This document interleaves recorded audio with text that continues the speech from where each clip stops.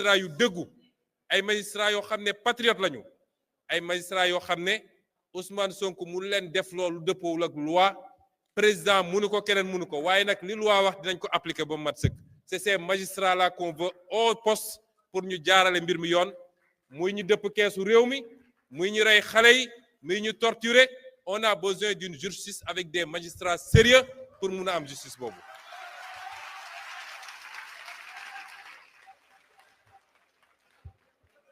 mu des nag deuxième volet bi dama leen ne am na ci volet boo xam ne discussion mënu ci am Sénégalais yëpp d'accord nañ ci dégg naa sax ab kilifa diine wax ko justice réew mu amul justice amul dara munoo développer réew bu amul justice réew moo xam ne ki ñu dénk magistrat mu war a toog bureau jàpp na ni am na un droit de vie et de mort en violant la loi même sur qui il veut réew moomu amul sécurité réew moom mënul développer réew moomu investisseur du fa ñëw investir réew moomu du jóg ci fitna moo tax loolu ñun ñëpp dëppoo nañ ci mu des nag le deuxième volet boobu dafa am une partie noble ak partie boo xam ne war nañ cee dem ak tey mooy lépp lu jëm ci accompagnement ci réhabilitation donte que je conteste le terme de réhabilitation ak yeneen yu mel noonu nañ ko gérer avec moins de bruit te xam ni ëpp lañ ñu ci yéene te ñun mënuñu toog fu ñu toog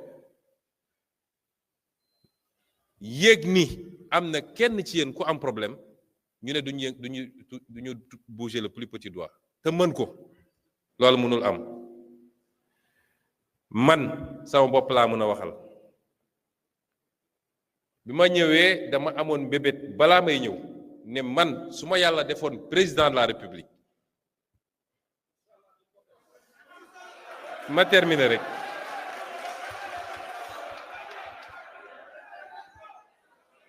terminer rek boobu maa nga ci opposition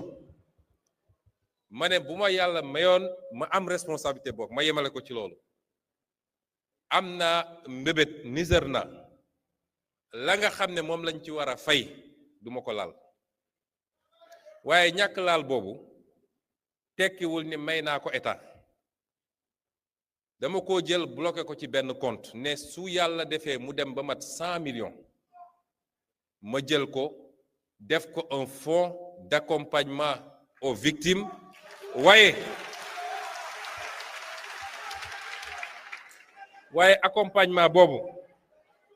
accompagnement boobu du accompagnement social pour accompagner ñi nga xam ne dañoo bëgg a entreprendre dañoo bëgg a def activité mu doon benn fonds boo xam ne day tourner keroog ma mujjee laaj relevé bi xam ngeen premier ministre moom amul lu bëri mbir mi mat 83 millions ma génn ci asaka mu des un peu plus de 80 millions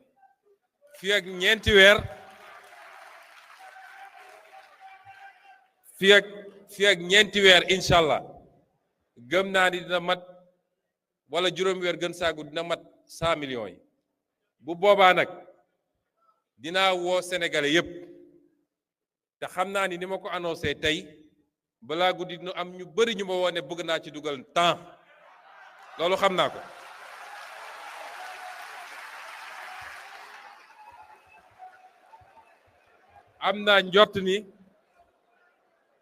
am naa njort ni fonds boobu buñ ko lancé ci diir bu gàtt amaana mu egg sax 1 milliard wala mu ëpp ko mën na dox ba jur benn institution de microfinance boo xam ne sax ci financement lu weesu les victimes lay doon loolu nag dinañ ko lancé amaan nañ ko lancé au mois d'avril bu soobee yàlla waaye nag dama bëggoon attirer seen attention ci yenn yi Maïmouna Dièye léegi dafa rappeler parce que ñun dafa am lu ñu woote woon ak fi ñu bëgg a jëm mu am ay dog-dog yu ci am ci diggante bi ñun waruñu taxaw ci dog-dog yooyu nit yàgg naa jóg décider xeex ngir réewam lu ne dal ko ci waaye warul doon benn fixation boo xam dañ ciy taxaw parce que nag bu ñu fàtte lan moo taxoon ñu jóg ne dañuy xeex lan moo taxoon ñu jóg ne dañuy xeex lan moo taxoon ñu sanc projet Pastef bi et est-ce que ñi ngi ci loolu parce que am na noo xam ne buñ ko doxalee buñ fi wax ay 50 ans de boo moytul benn mandat bi sax duñ ko wees nañu delloo ci xel yi patriotisme dafa am lu mu signifié liñ fi wax yépp dégg naa ko mais bu ñu fàtte lan moo taxoon ñu jóg situation yi nag dafa am ñu ci dugg di ci profito teel naa leen wax ni Pastef mooy adversaire u Pastef rek moo mën a doon adversaire u Pastef ba tax bu ngeen seetee am na ñoo xam ne newuñu sax ci biti nee nañu suñu biir la ñu nekk am na ñoo xam ne newuñu sax ci biti nee nañ suñu biir la ñu nekk mais dañuy essayer instrumentaliser yenn situation yi bu amee parce que seen objectif mooy changer narratif bi dem naa ba dégg ci ñoo xam ne sax seen théorie léegi mooy xale yi génnuñu woon xeex ngir projet bi waaye Ousmane Sonko lañ doon xeexal loolu mooy naka la ñuy changer narratif bi ba déconnecté xeex bi nga xam ne moom lañ doon xeex ngir réew mi ak yeneen projet politique yoo xam ne mi ngi judd ci suuf am na ñoo xam ne ñu ngi woote allié fu ñu génn leen li ne nous réclamons justice xam ngeen seen calcul lan la ñoom jàpp nañ ni li xew ci réew mi Ousmane Sonko am na ci responsabilité bu ñu yëkkati woon justice amaana moom ak ñi fi newoon ñu boole leen ñoom ñëpp comme ça ñoom ñu am boulevard bu ñu jàll. léeg-léeg dafa am ñoo xam dañuy instrumentaliser vos frustrations et vos combats di ñëw di organiser sax di organiser di essayer dajale nit ñi loolu bokkul ak ñu taxoon a jóg et nous devons être très vigilants. ba tax ci li nga xam ne dañ koy utiliser ci ay argumentaire mooy di détecter fu frustration am rek ba li xew barki démb ci université yi parce que man damay dégg léegi Sénégal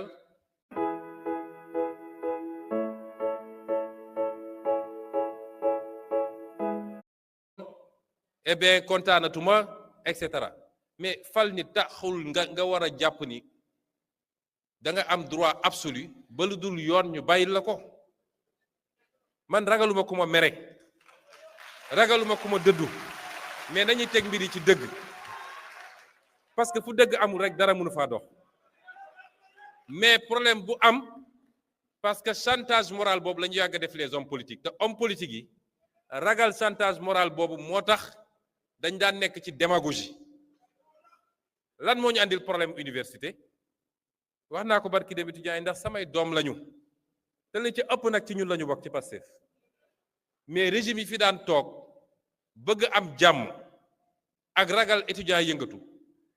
saa yu étudiants yi ne lii ñoom xam nañ ni ça c'est pas soutenable mais dañuy gaaw nangu pour am jàmm dañuy dem ba egg benn point boo xam ne ils sont obligés de s'endetter pour pouvoir faire face à ces responsabilités-là ñun bokkuñu ci ñiy gouverner noonu loolu du gouvernance parce que bu ñu ko continuer réew mi xëy rek imploser mooy li ñu gis nii la dette cachée parce que da ngay obligé bëgg lu neex nit ñi ba def lu ëpp mais da nga koy nëbb parce que boo ko wonee njaaxum am nañu dellu si aux fondamentaux tabax réew du caaxaan ñun mënoon nañu def li ñëpp doon def mënoon nañu bañ a wax li ñu fekk fii ci réew mi bu boobaa tey dañ naan 74% de taux d'endettement la ñoom ku ñu tàllal loxo mu lebal ñu dañuy xëy rek ñu ne réew mi am na 200% ou 300% de taux d'endettement cessation de paiement le pays est en défaut ces enjeux structurels là il faut que ñu comprendre ko dans 3 ans élection dina am ku jàpp ni dëgg bi ñu teg ci réew mi woote effort national parce que dañu woote effort national ban réew moo tabaxu sans effort man gisaguma ko